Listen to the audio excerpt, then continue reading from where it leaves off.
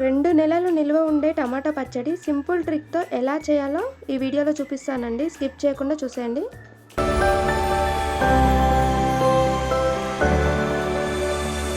Hi అండి, welcome to our channel trendy ideas. ఈరోజు మనం చాలా ఈజీగా మరియు లాంగ్ టైం స్టోర్ చేసుకునే టమాటో నిల్వ పచ్చడి ఎలా చేయాలో చూద్దాం. ముందుగా 1 kg టమాటోస్ని క్లీన్గా వాష్ చేసి ఒక క్లాత్తో తడి లేకుండా బాగా తుడుచుకోవాలి. చింతపండుని ఇలా నార మొత్తం తీసేసి ఒక చిన్న నిమ్మకాయ సైజ్ అంతా తీసుకోవాలండి.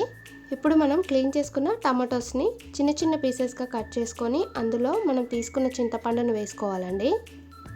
ఈ టమాటో పీసెస్ని చింతపండుని రెండు కలిపి మిక్సీ జార్లో వేసుకొని మనం మెత్తగా మిక్సీ పట్టుకోవాలండి.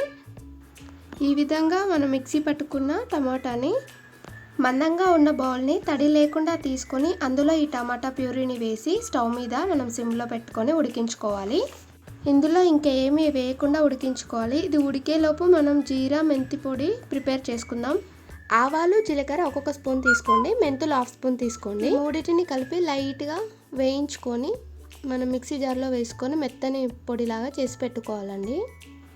ఇప్పుడు వెల్లిపాయలు 2 పీసెస్ తీసుకొని వాటి మీద ఉన్న పొట్టుని తీసేసుకోవాలండి. ఈ విధంగా 1 kg టమాటా పచ్చడికి 2 పీసెస్ సరిపోతాయండి. ఇప్పుడు స్టవ్ మీద పెట్టిన టమాటా ప్యూరీ ఎంతవరకు వచ్చిందో చూద్దాం. చూడండి, ఈ విధంగా వాటర్ మనకి పైకి తేలుతూ ఉంటాయి. ఈ వాటర్ మొత్తం పోయి దగ్గరికి అయ్యేంత వరకు మనం కలుపుతూ ఉడికించుకోవాలండి.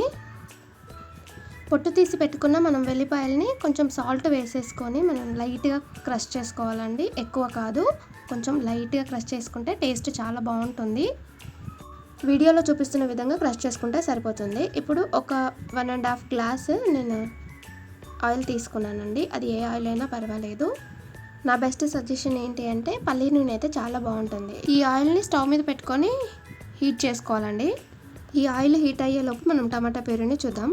ఇదిగో చూడండి, ఈ విధంగా మనం దగ్గరకు అయ్యేంత వరకు ఉడికించుకోవాలి. వీడియోలో చూపిస్తున్న విధంగా వాటర్ మొత్తం పోయి దగ్గరగా అయ్యే వరకు అడుగంటకుండా కలుపుతూ ఉడికించుకోవాలి. ఈ స్టేజ్లోనే మనం స్టవ్ ఆఫ్ చేసుకొని పక్కన పెట్టుకోవాలి. ఇప్పుడు ఆయిల్ హీట్ అయిన తర్వాత ఇందులోకి నేను 1 టీ స్పూన్ శనగపప్పు అండ్ పోపు గింజలు వేసాను.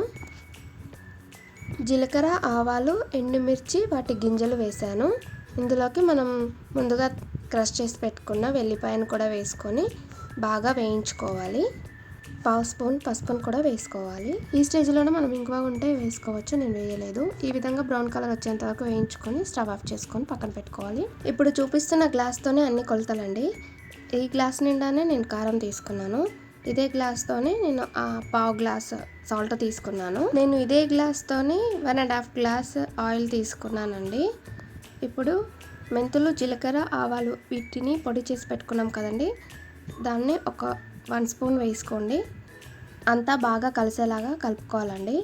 ఇలా కలుపుకున్న మిశ్రమంలో మనం ముందుగా తాలింపు వేసి పెట్టుకున్న ఆయిల్ని కూడా వేసుకొని కలుపుకోవాలి. ఈ ప్రాసెస్ చేసేటప్పుడు ఆయిల్ కూల్గా ఉండాలి అండ్ టమాటా మిక్చర్ కూడా కూల్గా ఉండాలి. ఎయిర్ టైటెడ్ బాక్స్లో పెట్టుకొని ఫ్రిడ్జ్లో పెట్టుకుంటే 2 months వరకు ఉంటుంది.